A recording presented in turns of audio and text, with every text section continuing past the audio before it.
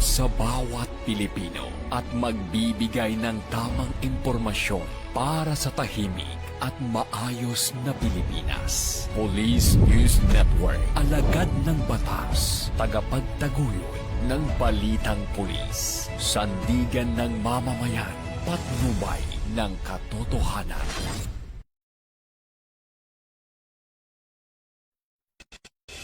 La Campo Crame, maghahatid ng pinakahuling kaganapan at nagbabagang balita. Ito ang PNN Police News Network. At ngayon, ang inyong mga tagapagbalita. Magandang araw, Bagong Pilipinas. Ako ang inyong alagad ng batas, tagapagtaguyod ng Balitang Pulis. Patrolwoman Meritoni Veva mula sa Southern Police District. Maghahatid sa inyo ng tamang balita, kwento ng pulis at serbisyo para sa mamamayan. At ito ang PNP News Online. Ang pangunahing balita ng Police News Network, alagad ng batas, tagapagtaguyod ng Balitang Pulis.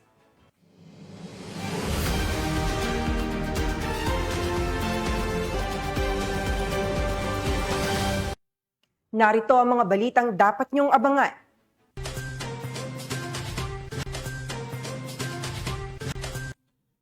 Labas ng bahay ng kagawad, pinasabugan ng granada sa Cotabato City.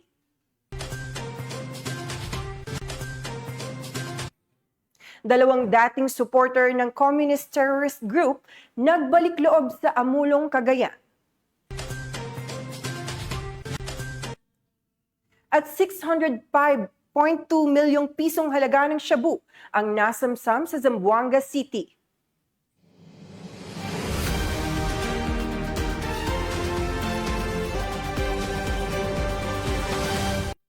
Narito ang mga balitang hatid ng ating PNN correspondents mula sa iba't ibang panig ng bansa.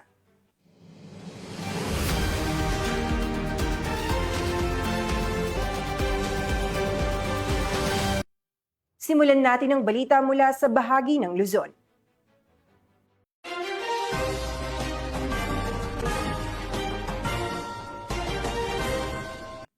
Umabot sa tinatayang 3.9 milyong pisong halaga ng hinihinalang shabu ang nasamsam ng mga otoridad matapos ang matagumpay na operasyon kontra ilegal na droga na nagresulta rin sa pagkakaaresto ng dalawang sospek sa bayan ng Kaluwag, Quezon.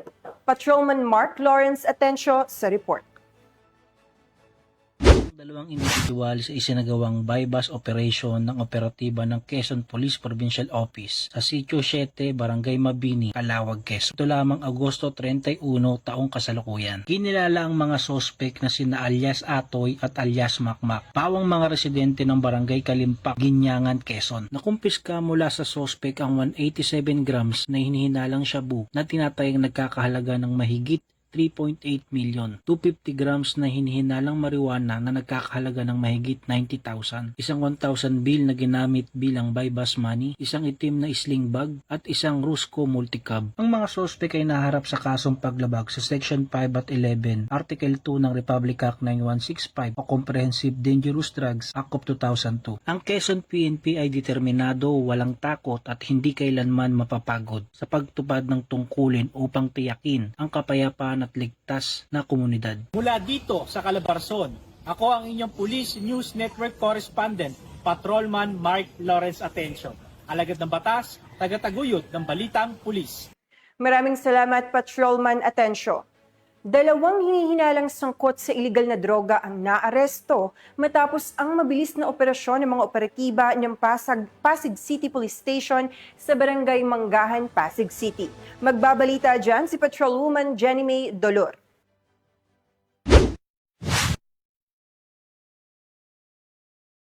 Isa na namang matagumpay na pagsugpo ng kriminalidad ang nakamit ng Team Pamamarisan sa tulong na mabilis na pag-report ng ating mamamayan.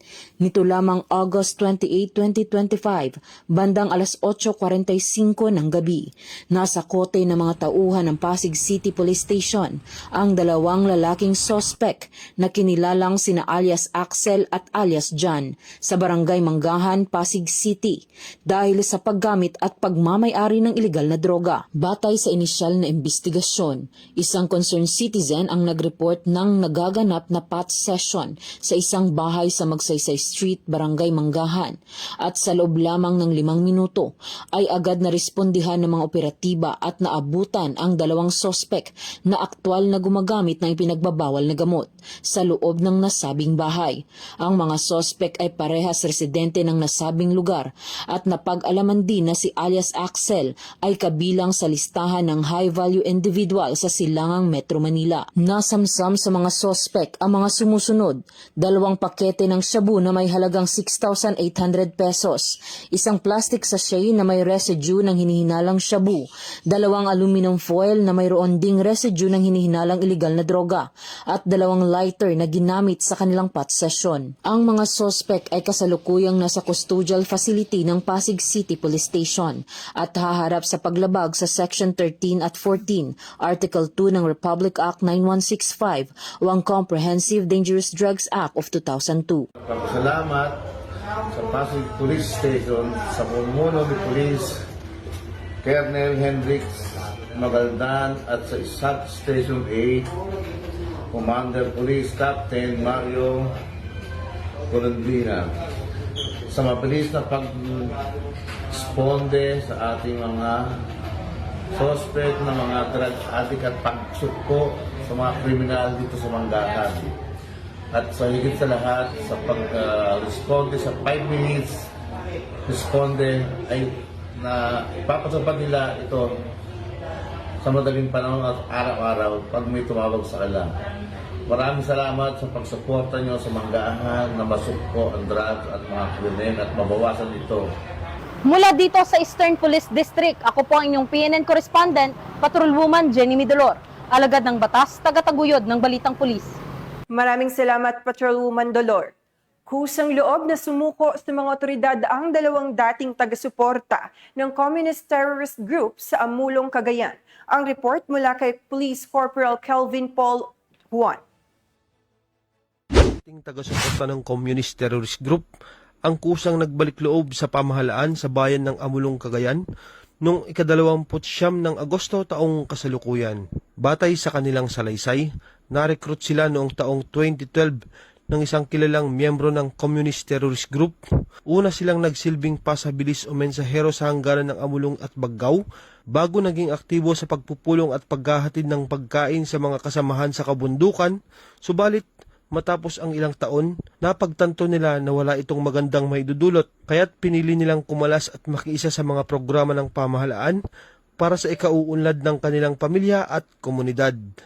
Ang pagbabalik loob ay naisakatuparan sa pamamagitan ng pinagsanib pwersa ng 1st Cagayan Provincial Mobile Force Company ng 1st Mobile Force Platoon, katuwang ang Amulong Police Station, Provincial Intelligence Cagayan South Regional Intelligence Unit 2, PIU Cagayan PPO. Bahagi ito ng pagpapatupad ng Executive Order No. 70 at ng programang NTF-ELCAC na naglalayong isulong ang kapayapaan at kaunlaran sa pamayanan. Ang kanilang desisyon ay patunay na epektibo ang whole-of-the-nation approach na ipinapatupad laban sa insurhensiya. Patuloy namang nananawagan ang kapulisan at lokal na pamahalaan at iba pang kasapi ng taga-suporta ng Communist Terrorist Group na magbalik loob at tangkilikin ang mga programang inihahandog ng gobyerno tungo sa kapayapaan. Mula dito sa Lambak ng Cagayan, ako po ang inyong Police News Network Correspondent, Police Corporal Kelvin Paul Juan, alagad ng batas, tagataguyod ng Balitang Pulis. Maraming salamat, Police Corporal Juan. Tunghayan naman natin ang mga balita mula sa Visayas.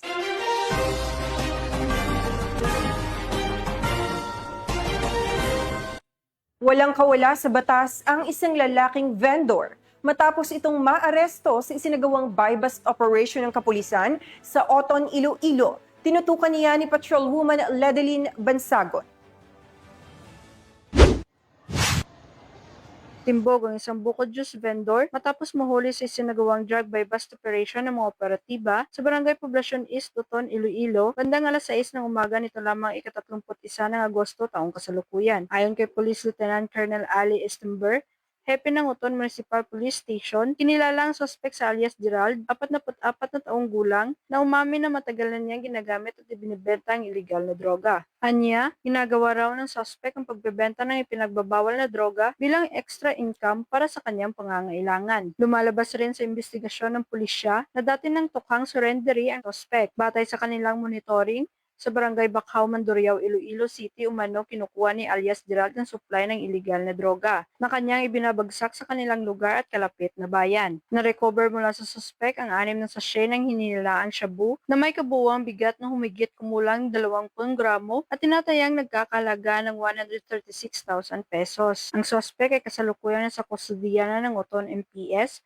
para sa dokumentasyon at nahaharap sa kasong paglabag sa Republic Act 9165 o ang Comprehensive Dangerous Drugs Act of 2002.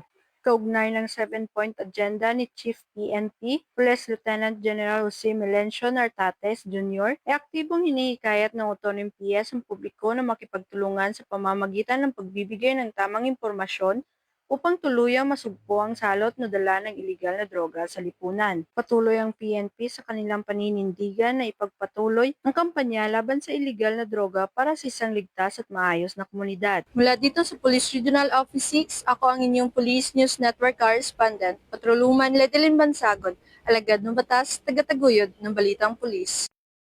Maraming salamat, Patrolwoman Bansagon. Bumagsak sa kamay ng mga alagad ng batas ang top 4 most wanted person sa kasong qualified rape matapos ang matagumpay na operasyon ng mga otoridad sa bayan ng Gindulman, Bohol. Patrolwoman Flora May Azares, ibalita mo.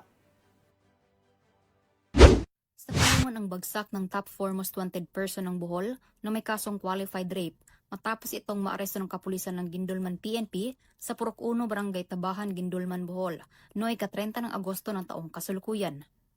Ayon kay Police Captain Ponciano Mola Entrolizo Jr., Chief of Police ng Gindulman Municipal Police Station, bandang alas 3:05 ng hapon nang maaresto ng kapulisan ang suspect na si Ricardo, 44 anyos, na residente ng Purok 3 Barangay Katuwangan Sur, Gindulman, Bohol.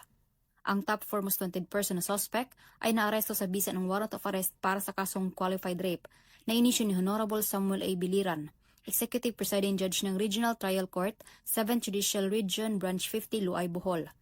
Kasalukuyang nasa kustudiya ng Gindulman MPS ang suspect para sa dokumentasyon at tamang disposisyon. Bilang isang alagad ng batas, gusto ko pong ipaabot sa inyong lahat ang isang mahalagang mensahe. Kailangan po nating labanan ang problema sa rape at iba pang krimen na nangyayari sa ating pamayanan. Ano ang ating kailangan gawin? Unang-una, mapagmasid. Maging alert sa inyong paligid. Pangalawa, mag-ulang. Kung may nakikita kayong kanyang tao sa paligid, ipagbigay alam agad sa inyong kapulisan. Pangatlo, huwag tatakot. Kung kayo ay biktima, lumapit sa amin, handa po kami tumulong sa inyo at kayo ay proteksyonan. Tandaan, hindi kayo nag-iisa. May mga organisasyon tayong handang tumulong at sumuporta, kagaya ng inyong kapulisan. Ang ating panawagan, magkaisa tayo, supuin natin ang lahat ng krimen upang gawin nating ligtas ang ating komunidad. Mula dito sa Central Visayas, ako ang inyong Police News Network Correspondent, Patrolwoman Flora May Azares, alagad ng batas, tagataguyod ng balitang pulis. Maraming salamat, Patrolwoman Azares. Sa bisa ng warrant of arrest, nasa kote ang nakatalang top 9 provincial most wanted person dahil sa kaso nitong rape sa Barangay Quezon Jr. or Moc City. Ang balita mula kay Patrolwoman Maria Elena Singian. Ng mga autoridad ang tinaguriang top 9 provincial most wanted person na may kasong rape matapos mahuli sa Barangay Quezon Jr. or Moc City. Naaresto ang akusado bandang alas 6:38 ng gabi ng mga tauhan ng Ormoc City Police Station 6 sa bisa ng warrant of arrest para sa kasong rape na walang inirekomendang piyansa. Ang akusado ay dinala sa Ormoc City PS6 para sa kaukulang dokumentasyon at tamang disposisyon. Ang pambansang pulisya ay patuloy sa kanilang sinumpaang tungkulin na sugpuin ang mga lumalabag sa batas upang mapanatili ang kayusan at kaligtasan ng mamamayan. Dahil sa bagong Pilipinas, ang gusto ng pulis, ligtas ka. Mula dito sa Eastern Visayas, ako ang inyong PNN correspondent, Patrolwoman Maria Elena Singian. Alagad ng batas, tagataguyod ng balitang pulis.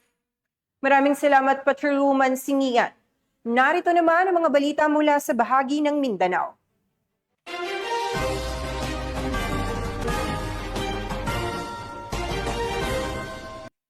Nasabat ang tinatayang 605.2 milyong pisong halaga ng shabu mula sa 3 high-value individual matapos ang masusing operasyon ng PNP at Philippine Drug Enforcement Agency sa Zamboanga City. Alamin ang detalye ng report mula kay Patrolwoman Joanna Marie Soriano.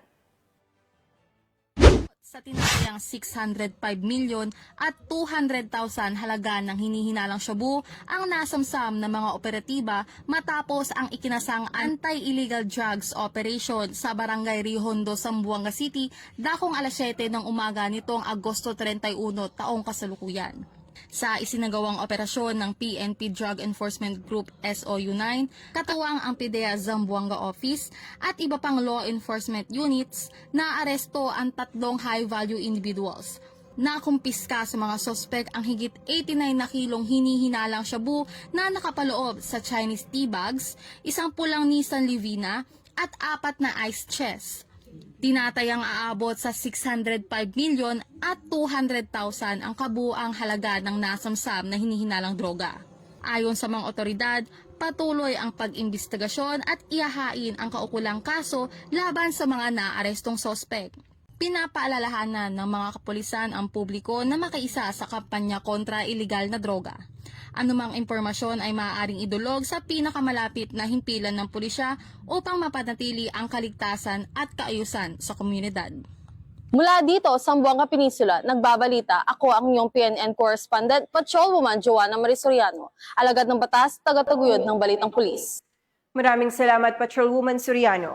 Naaresto naman ang isang drug personality na kabilang sa drug list at isang bagong tukoy na suspect sa isinagawang buy-bust operation ng mga operatiba ng Bukidnon PNP sa Barangay Poblacion, Valencia City. Patrolwoman Rina Celestine Sandrijas.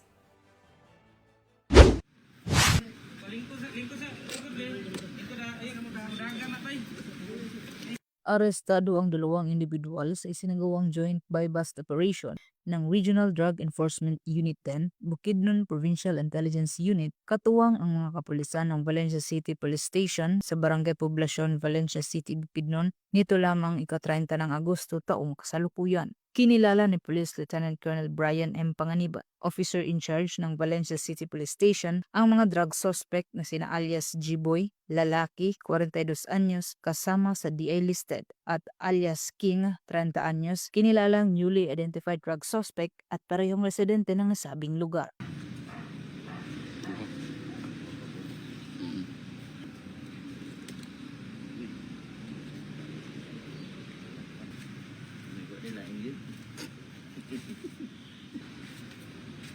Sa ikinasang joint buy-bust operation ng mga operatiba bandang alas 5:41 ng hapon ay nagresulta sa pagkakakumpiska ng mga pakete ng hinihinalang shabu na may standard drug price na 35,360 pesos, isang cellphone at isang 500 peso bill na ginamit bilang buy-bust money at iba pang non-drug items. Ang mga suspect ay nahaharap sa kasong paglabag sa RA 9165 o Comprehensive Dangerous Drugs Act of 2002.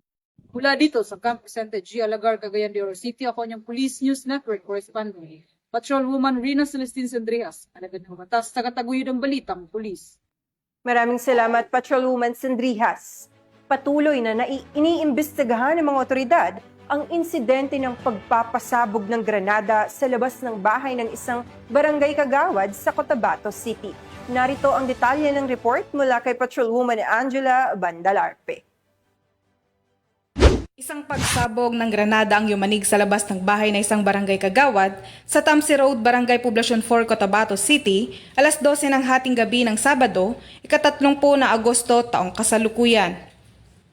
Sa inisyal na investigasyon ng kapulisan, isang hindi pa nakikilalang lalaki na sakay ng motorsiklo ang umano'y naghagis ng granada sa harap ng bahay ni Barangay Kagawad na kinilalang Aljay Nofin Ahmad Sumdad na residente ng naturang lugar.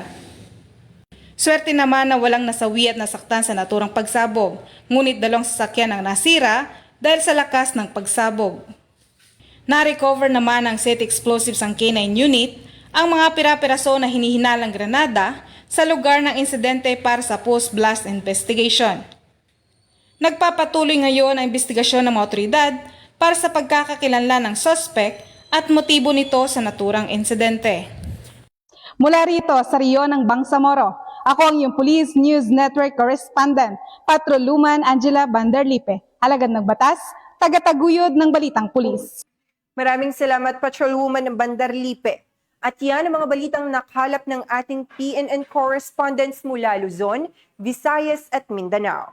Sa ngalan ng pamunuan ng Philippine National Police, sa pangunguna ni Acting Chief PNP Police Lieutenant General Jose Melencio Nartates Jr. at sa pamumuno ni President Ferdinand Bongbong Marcos Jr., kami ay maglilingkod sa bawat Pilipino at magbibigay ng tama at balanseng balita.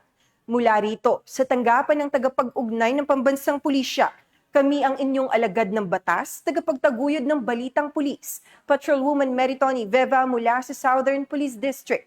Maghahatid ng tamang balita, kwento ng pulis at serbisyo para sa mamamayan. At ito ang PNP News Online, ang pangunahing balita ng Police News Network.